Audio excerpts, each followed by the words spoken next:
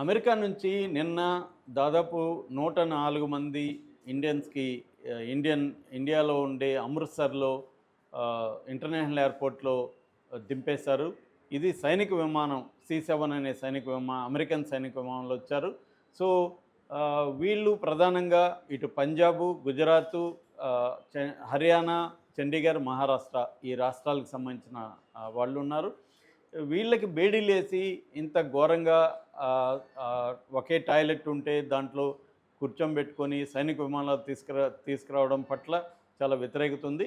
అయితే మోడీ ప్రభుత్వం కూడా దీని పట్ల సమ్మతి తెలియజేయడం అనేది దాని పట్ల కూడా వ్యతిరేకత ఉంది. అయితే మోడీకి ఉన్న ఆప్షన్స్‌లో మోడీ కూడా జాగ్రత్తగానే డీల్ చేస్తున్నాడు. ఈ నెలలో మోడీ ట్రంప్‌ని కలుస్తున్నప్పుడు ఈ విషయాలంతా చర్చకొస్తాయి.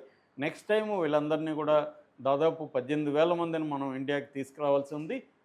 వాళ్ళందరినీ కూడా తీసుకొచ్చే కార్యక్రమం జరుపుతారు.